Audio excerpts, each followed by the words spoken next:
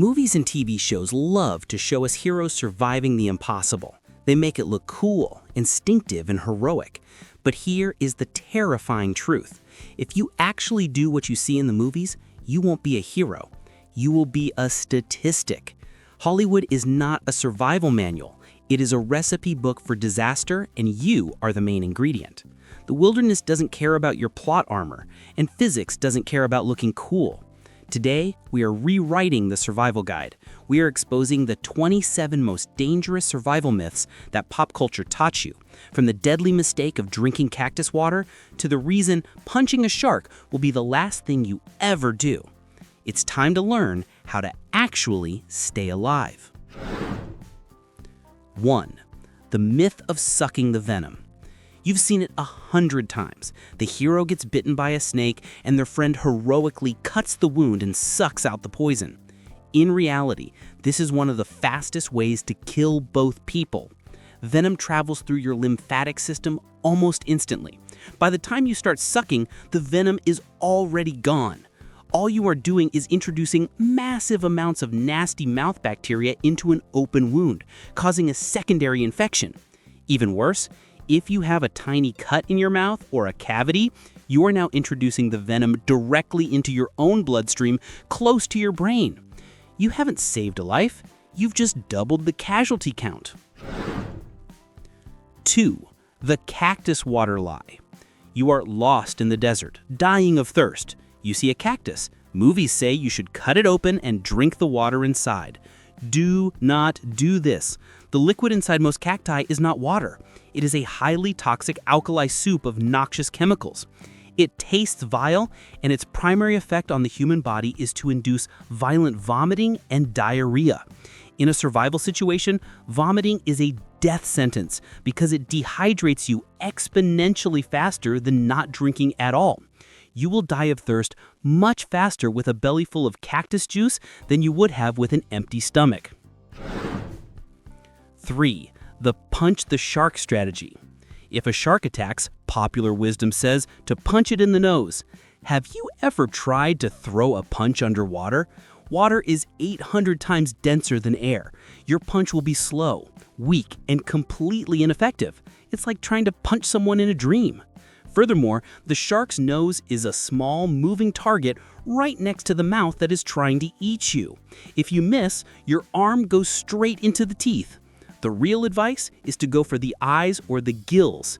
These are sensitive, soft tissue areas. Don't box the shark, gouge it. 4. The moss grows on the north myth. You're lost in the woods without a compass, but you remember that moss always grows on the north side of trees, right? Wrong. Moss doesn't care about cardinal directions. Moss cares about moisture and shade. In the northern hemisphere, the north side might be shadier, but moss can grow on the south side if there's a stream nearby, or on the east side if the wind blows that way.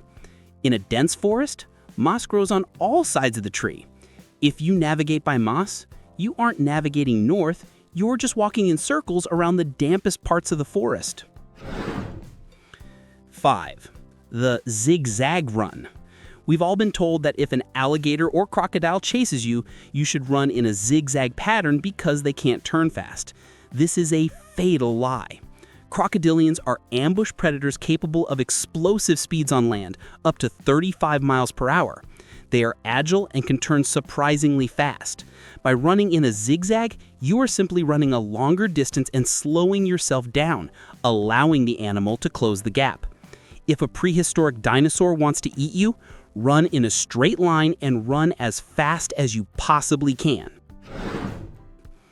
6. The universal play dead rule. If you see a bear, play dead. This advice is dangerously incomplete. It depends entirely on the bear. If it is a brown bear or grizzly protecting its young, playing dead works because you're removing the threat. But if it is a black bear or a predatory bear that has been stalking you, playing dead is essentially serving yourself up as a buffet. Black bears are scavengers and opportunists.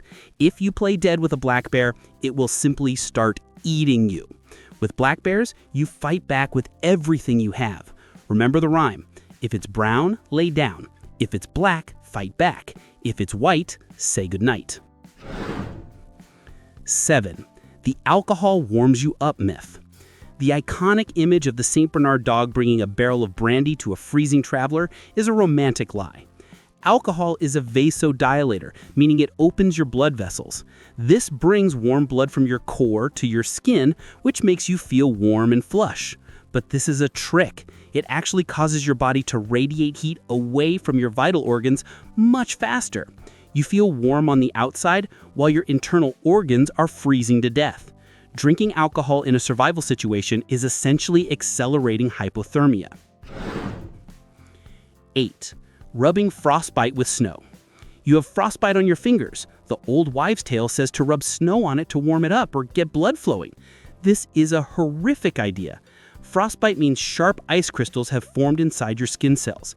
If you rub the area, you're grinding those sharp crystals into the surrounding healthy tissue, shredding your cells from the inside out. It causes massive tissue damage and accelerates gangrene. Never rub frostbite. You need gentle, slow rewarming with warm water, not friction.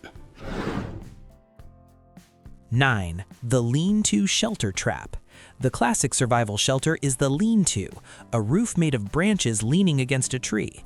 It looks cozy, but it is a death trap in cold weather. It has a roof, but no floor. The ground is a massive heat sink that will suck the warmth out of your body continuously through conduction. You can have a roaring fire next to you, but if you are sleeping directly on the cold ground, you can still die of hypothermia. A pile of leaves under you is infinitely more important than a roof over you. 10. The urine hydration myth. It's the ultimate hardcore survival move shown in movies, drinking your own urine to survive dehydration. Do not do this. Urine is the waste product your body is desperately trying to get rid of. It is full of salts, urea, and toxins.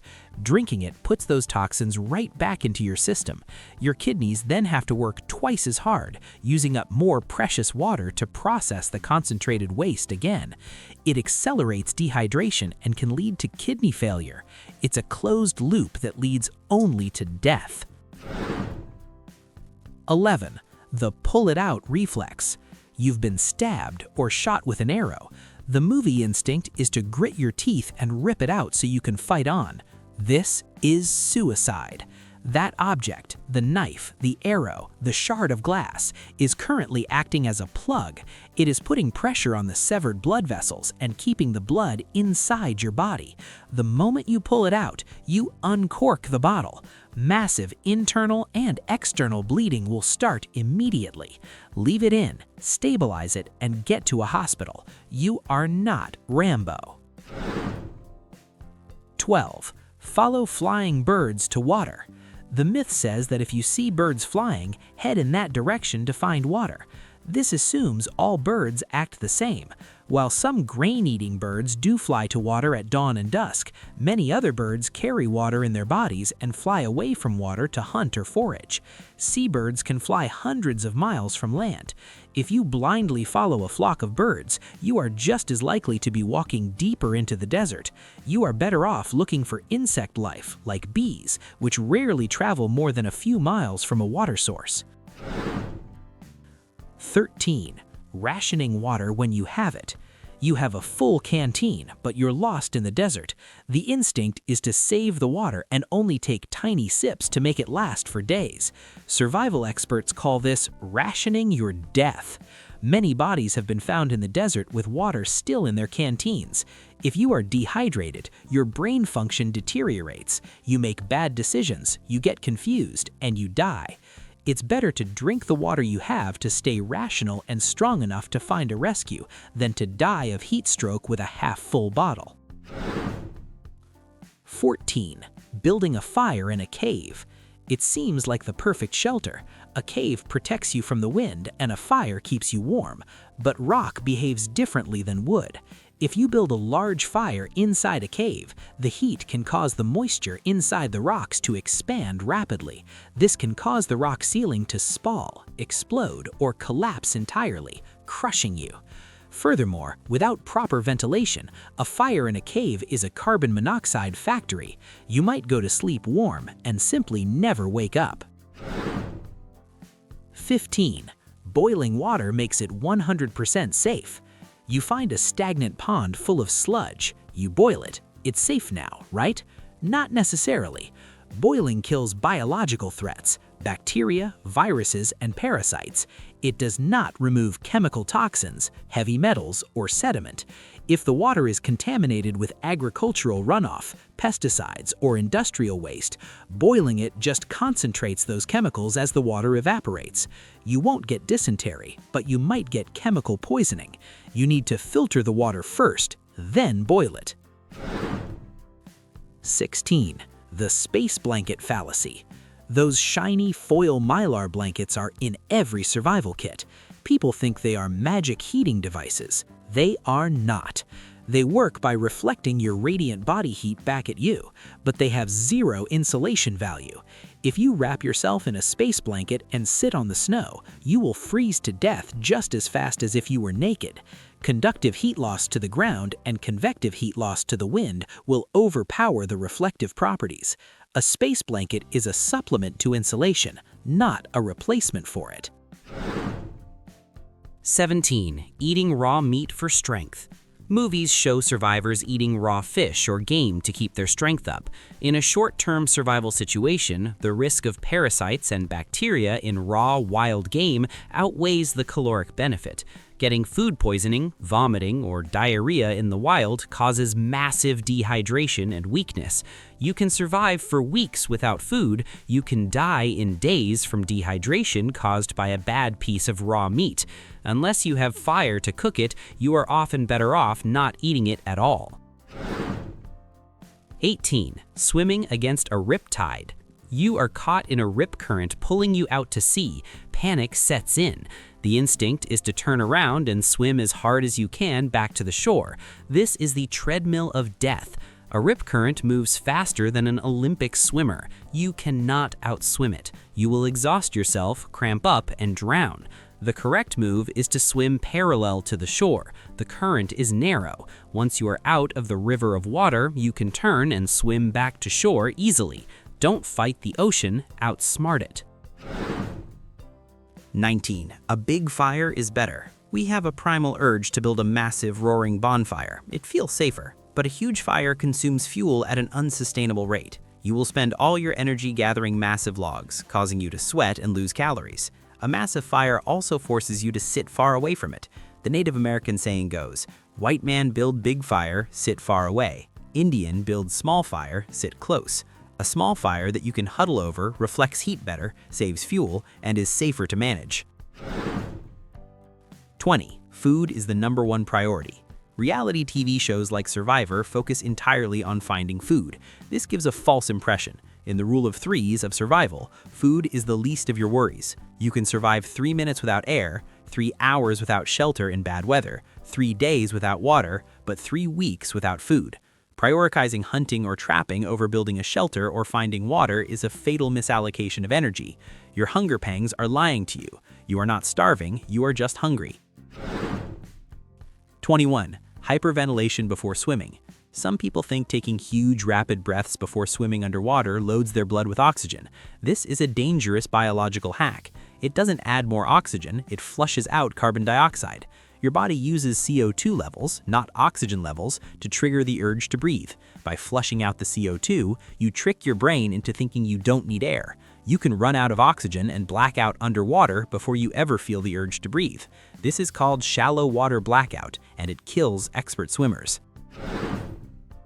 22. The tourniquet last resort. Old manuals said to only use a tourniquet as a last resort because you would lose the limb. This made people hesitant to use them. Modern medicine has proven this wrong. A properly applied tourniquet can stay on for several hours with minimal long-term damage to the limb. The hesitation to use one causes people to bleed to death from survivable wounds. If there is massive arterial bleeding, the tourniquet is the first resort, not the last. Better to risk a limb than to definitely lose a life. 23. The universal edibility test. Some survival guides teach a complex test to see if a plant is poisonous. Rub it on your skin, then your lips, then chew a little. This is Russian roulette with botany. Some plants, like water hemlock or death cap mushrooms, are so toxic that even a small amount ingested during a test can cause organ failure. Unless you are 100% sure of what a plant is, do not put it in your mouth. There is no cheat code for botany.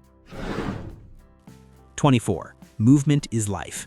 We assume to survive, we must keep moving to find civilization. This is usually wrong. STOP stands for sit, think, observe, plan. Search and rescue teams are looking for you. A moving target is much harder to find than a stationary one. Furthermore, wandering aimlessly burns calories and increases the risk of injury. Unless you have a specific destination and the means to get there, staying put and making yourself visible is often the smartest survival strategy. 25. Lightning never strikes twice. This is an idiom that has become a deadly belief. People think a spot that was just hit is safe. In reality, lightning is not random. It favors path of least resistance. Tall buildings, trees, and mountain peaks get struck repeatedly during the same storm. The Empire State Building gets hit about 25 times a year. If you see lightning strike a spot, get away from it. The storm has already calibrated its targeting system for that location. 26. A lean person will starve first. We assume a fat person will survive starvation longer than a skinny person. Biology is more complex. While fat provides energy, the metabolism of fat requires water. Digesting body fat for energy consumes the body's water reserves. Without a water source, a person with more body fat might actually dehydrate faster than a lean person. Survival isn't just about calories stored, it's about the metabolic cost of using them. 27. Sharks can smell a drop of human blood. We are told sharks can smell human blood from miles away and will go into a frenzy. This is a gross exaggeration. Sharks have a great sense of smell, but it is tuned to fish oil and the chemical signals of their prey. Tests have shown that sharks are largely indifferent to human blood. They are not vampires of the sea. They are curious predators, but you are not their preferred menu item. The fear of a tiny cut attracting a swarm of sharks is a movie myth, not a marine reality. So, there you have it. 27 ways that Hollywood has been trying to kill you for decades. The world is a dangerous place, but it becomes a lot deadlier when you try to navigate it using a script written by a screenwriter who has never left Los Angeles.